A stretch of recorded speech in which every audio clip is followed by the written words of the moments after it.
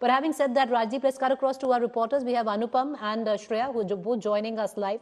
Shreya, coming to you, we saw even before the arrest was formally made, we saw those 3 mini buses laden with 48 MLAs of the JMM combined move towards the governor's house. They came back, they said that we are now feeling insulted because we've not been given an audience. Where are they camping out? Because till now, you had somebody like a Hemant Soren who had made sure that they were in guest houses, protected. Are these MLAs going to seek an audience with the governor anytime soon? Or get an audience rather? Preeti, after that development, we also did get a news that the representative of all the MLAs that included Champai, Soren and Alamgir from the Congress party, they actually visited the governor, and post that they have actually put forth before the governor that 43 MLAs are in support of Champai Soren and they want to announce him as the chief minister. They're now waiting for the governor's time. Governor has suggested that they will be going through the letter that have been submitted by the MLAs. Meanwhile, we are being told that the MLAs have been moved back to the circuit house. That's the place, or the safe house now we can say, where the MLAs are put, amidst which the BJP is already starting to make noise that MLAs are not quite happy with Champai Soren's name. So we'll have to wait and watch what plays for now. But they have already put forth their demand before the governor that there's support of 43 MLAs. 41, you're saying. And Rajdeep, that's what's interesting, because it's a 49 is the combined with the JMM and the coalition out of an 81 assembly, and only 41 till now have said that they want Champai Soren to be leading them. No, so you see, if you don't reach the halfway mark, the only option then would be at least to have a spell of president's rule. Because the BJP, I don't think, wants to take over 7 months before the election. They would prefer a situation where there is a period of president's rule and then take over. This would, of course, depend whether whoever has been chosen as the leader of the legislature party is able to ensure that he or she retains the same level of support that Hemant Soren had. And I think that was one of the concerns at the time, why Hemant Soren was thinking twice before resigning. There's been this buzz for the last month that Hemant Soren could well step down. Doesn't have a successor really in mind. The very fact that his wife was present yesterday with the MLAs had led to the belief that he would prefer his wife to be there. It's only now that Champai Soren has come into the race. If he cannot command the same level of support that Hemant Soren did, then there is a serious problem that the JMM will face as a political party. Tell me something, Rajdeep. If Hemant Soren decided to go to jail and say, or at least say that I'm going to go to court and run my office from jail, would he have not been allowed? Why didn't he do that? Well, you see, that raises other questions. You see, you can't run, It's happened before. No, you see, Jayalalitha wanted to do that. In an ideal world, she would have liked to do that, couldn't. She had to bring in open Paneerselvam. The fact is that once you're in judicial custody, you can't run the chief minister's, you can't be sitting in the chief minister's chair. You had to resign.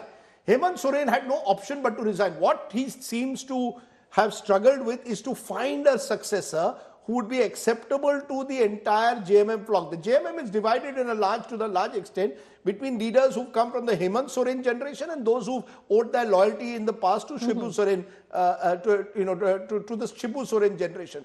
Ensuring that both of them are on board is now critical for the survival of this government, particularly because on the other side, you've got the likes of Babulal Marandi, who will certainly like to fish in troubled waters and use this opportunity to, in a way, completely destabilize the Jharkhand government and the JMM in particular. So I don't think he had a choice of stepping down. Just, for example, like Sukhram ran the telecom ministry from jail, but I was just giving you an example there. But having said that, shall we just go to Anupam and get in a word?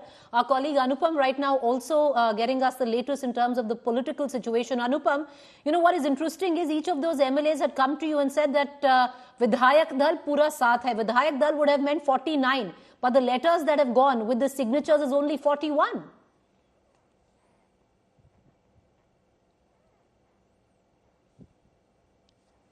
Anupam, can you hear me? All right, we don't seem to have Anupam with us. Shreya, would you want to take that question?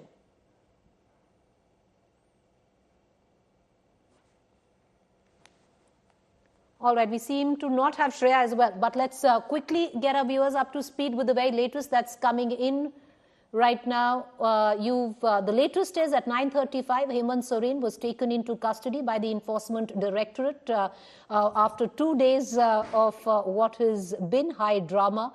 And what's interesting in all of this would be, somebody who would be watching the developments very closely is and Arvind Kejriwal, because 2nd February, he's got another summon by the Enforcement Directorate. Will he honor it? And if not, could this be the writing on the wall? Well, that is all speculation as of now. Something that is confirmed is that Hemant Soren has been arrested by the Enforcement Directorate, and at least for the next 14 days, because he's been taken in officially on paper in the land scam.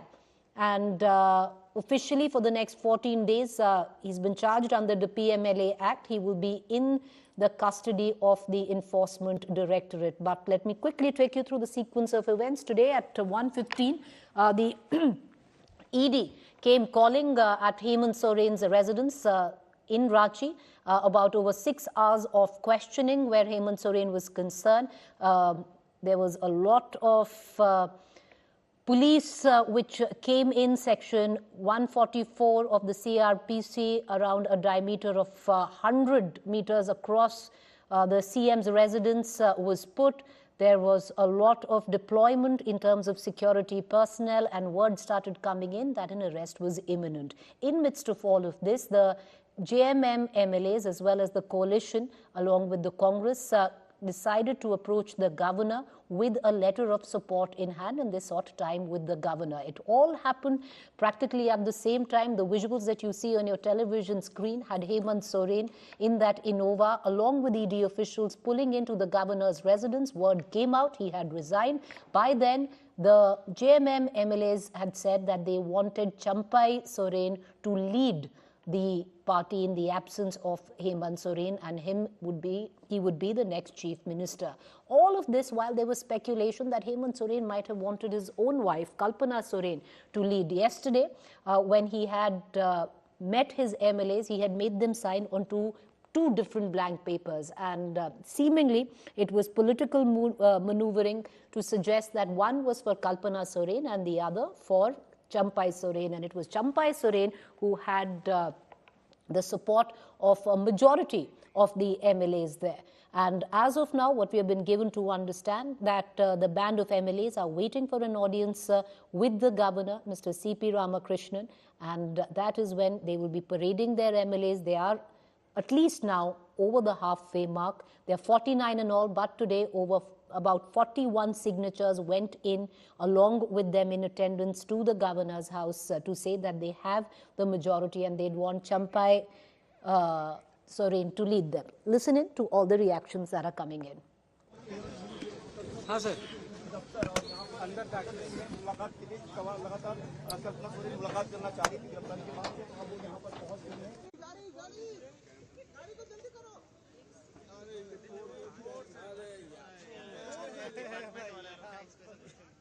बिल्कुल अभी जब ED के तरफ से officially एक statement जो है अगर सामने आता है ब्रीफ